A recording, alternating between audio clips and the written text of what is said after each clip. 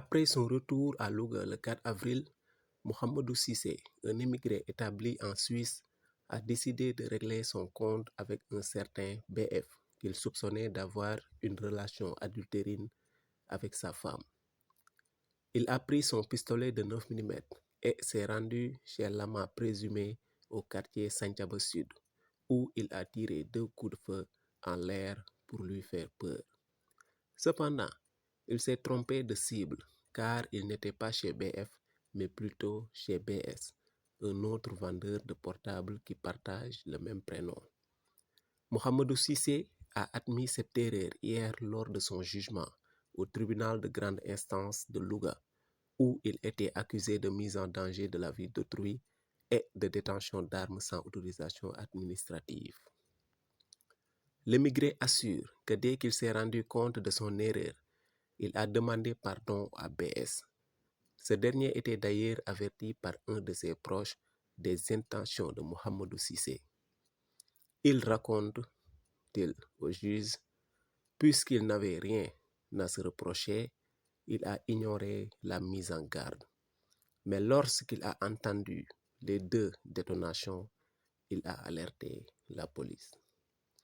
D'après l'observateur qui a fait le compte rendu d'audience, les éléments du commissariat central de Louga se sont déployés sur les lieux. Ils ont ramassé 2 douilles de 9 mm avant de procéder à l'arrestation du tireur. À la barre, ce dernier a reconnu sa faute. Mais auparavant, il est revenu sur les origines de ses doutes sur sa femme. Je vis en Suisse, introduit-il. Tous les 4 mois, je viens au Sénégal. Je suis d'ailleurs revenu le 4 avril. Quelques jours après, j'ai demandé à ma femme de me donner les 7 millions qu'elle devait verser dans mon compte. À ma grande surprise, elle déclare qu'elle ne sait plus où est passé l'argent. J'ai tout fait pour la convaincre de me dire la vérité en vain. Pour être fixé, Mohamedou Cissé confisque le téléphone de son épouse et celui de leur femme de ménage avec l'espoir de trouver dans des indices concernant, dit-il, la disparition de son argent. Mais c'est la tablette de son fils qui le mettra sur une piste. Ma femme l'utilisait pour communiquer avec le nommé BF, raconte l'accusé. Au début de leur discussion, il parlait d'argent, mais à la fin, ce dernier lui a envoyé un message déplacé. Je ne peux pas dormir. Si tu étais près de moi, nous passerions de bons moments. Fin de citation. De plus, rapporte l'observateur, Mohamedou Cissé apprendra que son épouse était en compagnie de BF lorsqu'elle était partie récupérer les titres de propriété d'une parcelle appartenant à son mari pour les déposer en gage auprès d'un commerçant pour une dette de 8,2 millions de francs CFA. Aux yeux de l'immigré, il était ainsi établi que son épouse roucoulait avec BF.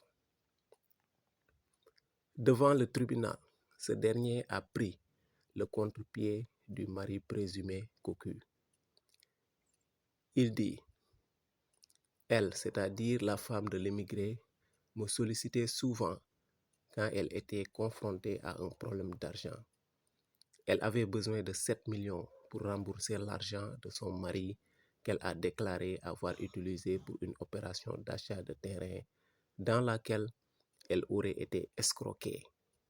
Pour l'aider, je l'ai mise en rapport avec quelqu'un qui s'était engagé à lui prêter 7 millions qu'elle devait rembourser en payant des intérêts de 1,2 million. Mais au dernier moment, le créancier a changé d'avis parce que les titres de propriété qu'elle avait mis en gage appartenaient à son mari.